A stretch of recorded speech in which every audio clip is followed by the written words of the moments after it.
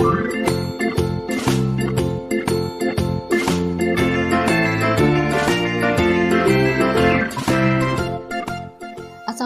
warahmatullahi wabarakatuh. Hai adik-adik kelas 2, selamat datang kembali di channel kakak. Ya, kali ini kakak akan membahas pelajaran tematik kelas 2, tema 4, subtema 3, pembelajaran 5. Dayu dan teman-teman bermain di halaman rumah. Kebersihan lingkungan harus diperhatikan sebelum bermain. Dengarkan temanmu membaca teks percakapan berikut. Dayu berkata, "Teman-teman, sebelum bermain, mari kita bersihkan dulu tempat ini." Lani menjawab, "Setuju, daun-daun ini harus kita bersihkan." Siti juga menjawab, "Setuju, sampah dedaunan harus dikumpulkan karena bisa diolah menjadi pupuk kompos," sahut Ani. Selanjutnya, jawablah pertanyaan berikut sesuai dengan isi percakapan.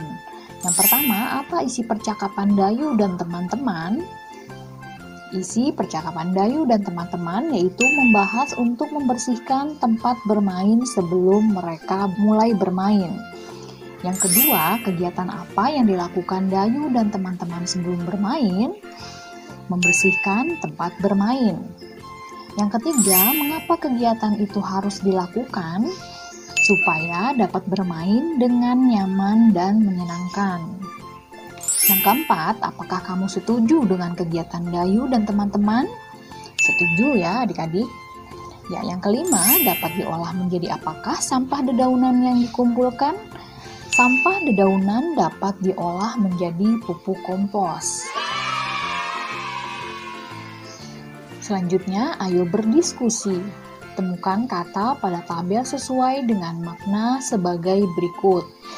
Yang pertama, pupuk campuran dari daun dan kotoran hewan yang telah membusuk, yaitu kompos. Yang kedua, bagian tumbuhan yang indah berwarna cerah, bunga. Yang ketiga, bagian tumbuhan yang berhelai-helai dan melekat pada ranting, yaitu daun. Selanjutnya, marilah baca teks berikut dengan nyaring. Kesehatan dan keselamatan ketika bermain perlu diperhatikan. Kebersihan lingkungan wajib diperhatikan sebelum bermain. Jika ada sampah dan kotoran hewan harus dibersihkan terlebih dahulu. Kotoran hewan jika terinjak dapat membuat kaki gatal. Kaki yang gatal akan membuat kegiatan terganggu. Keselamatan dalam bermain juga harus diperhatikan. Jika ada benda tumpul atau benda tajam harus disingkirkan, misalnya saja dari duri atau potongan kayu yang tajam. Duri dan potongan kayu yang tajam dapat melukai kaki. Kegiatan bermain pun akan terganggu. Oleh sebab itu, kesehatan dan keselamatan bermain harus selalu diperhatikan. Informasi apa yang dapat kamu peroleh dari isi gambar?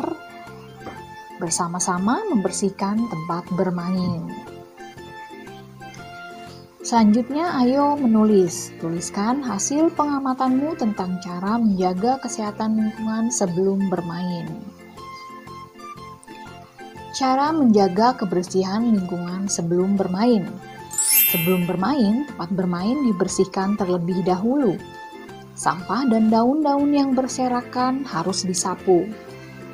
Jika ada ranting pohon dan kerikil harus disingkirkan dahulu agar tidak melukai kaki. Semua sampah dibuang ke tempat sampah. Lingkungan yang bersih membuat bermain menjadi aman dan nyaman. Selanjutnya, ayo mengamati. Bermain akan aman jika lingkungan bersih. Sebelum bermain harus melenturkan tubuh terlebih dahulu. Tentu kamu masih ingat cara melenturkan tubuh. Melenturkan tubuh dapat dikembangkan dalam bentuk permainan. Misalnya permainan mengoper bola beruntun dari belakang ke depan. Cara melakukannya yang pertama, buatlah 2 regu berbaris berbanjar saling berhadapan. Yang kedua, setiap regu minimal beranggotakan 4 siswa. Yang ketiga, sikap awal setiap regu berdiri dengan menggunakan lutut. Yang keempat, operlah bola kepada teman yang ada di depanmu. Yang kelima, peganglah bola operan teman di belakangmu. Caranya, liukan badan ke samping ke arah datangnya bola. Dan yang keenam, kelompok tercepat mengoper bola sampai ke teman paling depan adalah pemenangnya. Lakukan permainan mengoper bola beruntun ke depan dalam kelompokmu. Bagaimana perasaanmu setelah bermain? Tentu saja menyenangkan ya adik-adik. Apa manfaat permainan yang telah kamu lakukan? Manfaatnya tentu saja akan membuat tubuh menjadi bugar dan sehat. Selanjutnya, ayo berdiskusi. Permainan mengoper bola secara beruntun membutuhkan kerjasama yang baik. Kerjasama yang baik merupakan wujud persatuan.